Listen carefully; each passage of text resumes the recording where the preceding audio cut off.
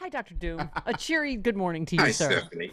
Thank you, and the same to you and your crew, You who know, are fantastic. you actually take an oath called "First, do no harm," right? We As a do. yeah.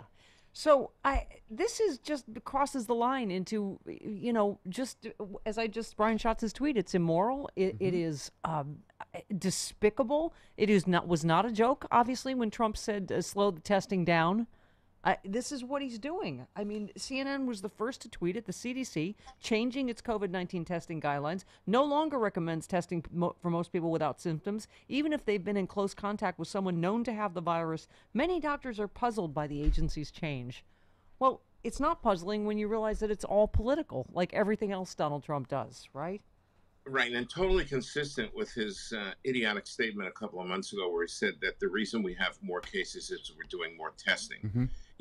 If you come into this discussion and that's your attitude or information, it just continues. It just keeps rolling. More and more BS from a guy who doesn't know what's going on. It doesn't care what's going on, and here we are now with 180,000 deaths and a situation that's very, very far from under control. Right at the time when we're going to be reopening schools all over the country, where we really, really want to really upscale our testing because we want to make sure the kids going back to school don't create more problems in the community as far as COVID is concerned. You must. So it's absurd, actually. Do you have to check your own blood pressure if you're watching the RNC like quite regularly, or do you? I my yeah, I have to do something because I find it intolerable. I really have trouble watching it for more than a few minutes. Yeah. But I'm They supposed come. to because I need to be able to talk about it on MSNBC and so we're in here. But it's a horrible You're going to have to thing take to over endure. for Dr. Vin Gupta at some point because he's going to explode. Because every time they go back to him now to fact check, he's just like, Yeah, no, that's not yeah, because it's not just misinformation, doctor. It's right. It's Hmm. dangerous health misinformation. it's Yeah. yes, Go ahead. I'm it sorry. certainly is, and I think we're going to pay a price for this until January 20th, 2021, assuming that and hoping that Biden Harris win in November. Yeah. Oh boy, please God. Okay. So yeah, I don't even know what to say about that. We are going the wrong way on testing. That we are deliberately, by design, now testing less. Yeah. And as you've told us how many times. Yes, you can. That's the whole point. Why this disease is so Yeah, frightening is it can be spread asymptomatically by people that are pre-symptomatic. And correct. okay, so all right. So that aside, you also because you just mentioned in the wake of everybody trying to go back to school, you said seeing a surge in You're a pediatrician. Seeing a surge in pediatric COVID, long-term inflammatory complications in kids, just as the nation is about to send 55 million students and teachers and staff back to school. Education is essential, but I am worried. Um, yeah, you linked to a Wall Street Journal report on rising pediatric COVID. It just feels like we're slow walking into our next disaster, the next wave of the same disaster, right? Yeah. We're obviously we're far from having quote unquote conquered COVID-19, and in fact, there's very good reason to believe that we could see an explosion in cases after kids go back to school. I certainly hope not, but we don't know. So we're in a period of terrible uncertainty, and that is exactly the kind of time that we need to have reliable, believable information coming from the White House and leadership, and we have the exact opposite. We have misinformation, disinformation, undermining of the scientists who really have something to say. And it's leaving the country in a quandary of what to do other than to vote in November. He's not going to change before the election. We all Yeah. understand that, right? Yeah. That nothing that anybody says is going to change his perspective and his positions on dealing with COVID. So we're basically going to have to live with it or face, whatever. We can't. There's nothing we can do other than What? vote the guy out of What do office. you? Yeah. I mean, what do you even say about them waiting until Dr. Fauci's under anesthesia to ram these changes through the CDC, and then when he wakes up, he's like, "No, I don't recommend this. This is Yeah, dangerous." I yeah. mean, th- Th- go ahead. Yeah. it's crazy, and yeah, and I'm sure it was. I'm not sure. I know we know it must have been deliberate, Sure. knowing that he was going to surgery, and hey, this would be a fine time to make an announcement. that will be incredibly anti-science, anti-evidence, and against everything we need to do to make sure that we have this pandemic under control.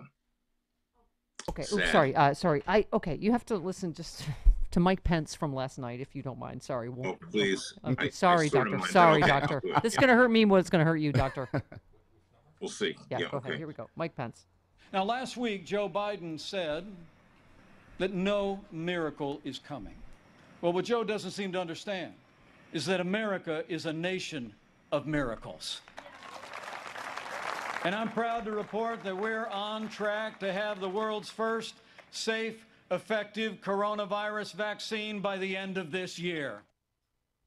Is he depending on a miracle to get us through That's this? that's the first course you take. Course in Miracles, right? Is your first course when you go to med school? Yeah, it's incredible and it's outrageous. However, it gets to his base. That's what they want to hear. He delivers it, and they're clapping. I guess his fake audience there is clapping, and but the rest of the country who support him incredibly still are clapping as well. They're buying into whatever comes out of the mouth of Pence and Trump, and that's where we are, a stuck, solidified, concretized base that is with him no matter what fantasy world they're living in. And it's again, we're just depending on people of good mind who care about the country and care about honesty and transparency to go to the polls and not be stopped going to the polls, but on November 3rd and making their opinion felt. I mean, yeah, and you're, of course, always do me and always usually right about where we're going to be by then. I mean, Doc, we just been saying yesterday we did the numbers. We're at what is it, 3 Vietnams. We're at 3 Vietnams. We're at 180,000 dead Americans. I mean, and speaking of Pence, you probably just saw this. Pence deserves much of the blame for the Trump administration's response, which has now claimed 180,000 lives. He was placed in charge of the response in late February. The U.S. still had 0 deaths, but scores of Americans needed to be evacuated, you remember, from the infected cruise ship. Pence hesitated to act decisively. We definitely lost time, said one health official. How much, I can't say, but it was disruptive to slam the brakes on when we should have been going full speed ahead. The White House economic team feared upsetting the cruise industry by keeping ships in port. By the time we locked down the cruise ships, it was too late. The entire country was seeded with the virus. Alex Azar had alienated nearly everyone who worked with him on the pandemic during his 29 days as head of the task force. Then the team lost valuable time as he and Pence struggled for control. This was a week of who's on first, who's in charge. This filtered down. It had us spinning our wheels. Pence's office also temporarily sidelined experts such as Anthony Fauci during that period. Officials acknowledged this probably hurt efforts to inform the public about the virus at a crucial point. I mean, this will be taught in med school someday, won't it? As you've said, as the worst response. Here's the thing about this. This is why the delays and the dithering is so important, because the transmission of the virus from person to person is very rapid. It's exponential. So if you have it, whether you're asymptomatic or symptomatic, you will spread it within days to an average of 2 to 3 people, and each one of those to another 2 to 3 people. Yeah. And some people think the spread may be even more rapid. So if you wait a week, you have an extraordinary explosion of cases. And this is why decisive action, informed by people like Tony Fauci, was so critical and did not happen, and is still not happening, and is extremely worrisome. I think we could be approaching 300,000 deaths by the time of the election, and considerably more than that by the end of the year. And by the way, this part, Doc, that they were saying, them CDC changing the testing guidelines, the agency's revised guidelines go against public health experts' consensus that people with COVID-19 tend to be most contagious before they begin to show symptoms, as well as the fact that most people will never show symptoms but can still spread the virus. That's why experts have recommended widespread testing. I mean, and they're going in absolutely the not just the wrong direction, Doc, but we know it's by political design to try to keep case numbers down before the election. And it's... Yeah. And it's hard to fight that, because the people that know that it's BS have no ability to compile the data or deal with it or demand more testing. All of that lies in the hands of the federal government, which is run by Donald Trump and Mike Pence. So we're really kind of stuck. We're sort of ranting about this, which we should be, but there's not anything in a material way that we could do about it except keep telling our public that this is so wrong. This is terrible. And the control of the data that we need to understand progress that we're making or not making is in the hands of people who are nefarious, who have only a political agenda in mind. And that's something that we're going to have to try to fix, like I keep saying, in November. But in the meantime, we're a little bit powerless to do much about it. Doc, I was reading this one part of the CDC. The CDC's new guidance for businesses operating during the pandemic: don't argue with anti-mask customers. The latest policies and procedures come as retail and grocery store workers continue to face occasional customers who act out and refuse to wear masks or socially distance. Rather than just saying everybody wear a mask, it's like, oh, well, don't make people mad that don't want to wear one. Like, this is this huge void of leadership, right? It's like, okay, well, let's, the people that don't believe in science, let's not make them mad. Let's not make them, treat them like a snowflake. This is fire in a crowded theater, Doc. You don't have a right to get me sick. Right? I mean, it's okay. It's not First Amendment, right? It's not First Amendment. It's first do no harm, and we're doing the exact opposite of that. Yeah. Doc, do you mind if I called you on your cell phone at home? I don't know if you use the Dr. Doom jingle as your ringtone, but I should use the Dr. Travis, how do I do that? Let's see.